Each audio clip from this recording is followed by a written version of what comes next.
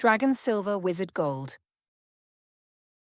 Book 1 in the Varthien Saga by Kris Sihto. Chapter 15. Forgotten Boxes. 653 OM Tarandir. Year of the Leaping Rabbit. Pugton. I was saving these for Peter, Felicity said, pulling a heavy basket down from the rafters. I suppose I could have given them to him at any time, but at first he was so young, and then it just never came up. I don't know what half of this stuff does anyway. She reached in and started pulling things out, an item at a time, and lining them up neatly on the table. Peter looked with interest at the hammers, saws, chisels, and other tools that appeared. I can make things? He asked, excited. Like real things? Norman nodded in his direction, then scanned the minutiae in the basket that hadn't been removed yet. Aha! He cried, reaching deep into the basket to pull out a white cube that gleamed like polished marble. This is exactly what I was searching for. That kind of looks like the wagon when it's folded down, said Peter, just smaller and a different colour.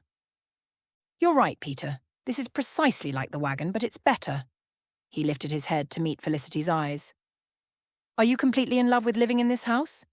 Felicity looked taken aback. What?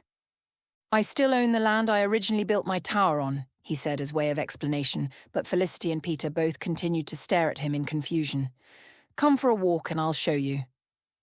Down the lane, around the corner, closer to the interior of town, they walked for less than 5 minutes before stopping in front of a tangle of thick grass and thorny bushes.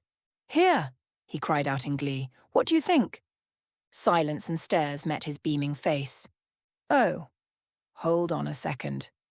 He concentrated a moment, magically clearing the long grass, cutting the bushes into neat hedges.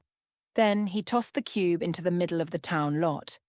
It unfolded in mid-air, twisting and warping until the space was home to a large cloth pavilion with a hanging door flap beneath a canopy. The white canvas walls were delicately embroidered with flowers and vines which glinted in the afternoon light. Toggles held down window flaps, short pieces of dowel stiffening their surrounds so they could be opened out. Norman stepped forwards, pulling aside the door and hooking the flap up and out of the way. After you, he said, gesturing expansively. Felicity stepped through the doorway hesitantly, uncertain, Peter following on her heels. Wow, he uttered, looking around with wide eyes. This is beautiful. Norman nodded. It was, indeed, beautiful. A fine entrance foyer, carpeted with thick rugs over slate tiles. Far from the cloth walls that appeared to make up the outside, varnished wooden wall panels divided up the space, several rooms apparent. A spiral staircase leading to a second floor took up space in the centre of the room, and Peter ran off to explore the upstairs. This should be fully furnished, from what I can recall, with hot and cold water available in both the washroom and the kitchen. There's an automated privy. The lights are set to turn on and off with a clap. He clapped briefly to illustrate. And there are multiple bedrooms. Gareth created a sunroom for you to work in. I believe that's it through the door to the left. It has a separate entrance, so you can have a specific area for your shop. Like I said, the land is mine, so there's no rent. And the pavilion itself is secure. Nobody can enter without your knowledge. It doesn't look like much on the outside, but it's the finest mobile accommodation I've ever had the pleasure to see. Felicity looked around with wide eyes. This is all magic, she asked. I'm not certain. It's not entirely magic, especially now that it's been set up. Some of the comforts are driven by magical constructs, but they're fixed in place and will eventually run down without someone recharging them. You could do that yourself, you have the talent, and I could show you how to focus it. Felicity shuddered and held herself. No. Then softer. No. I don't want to learn.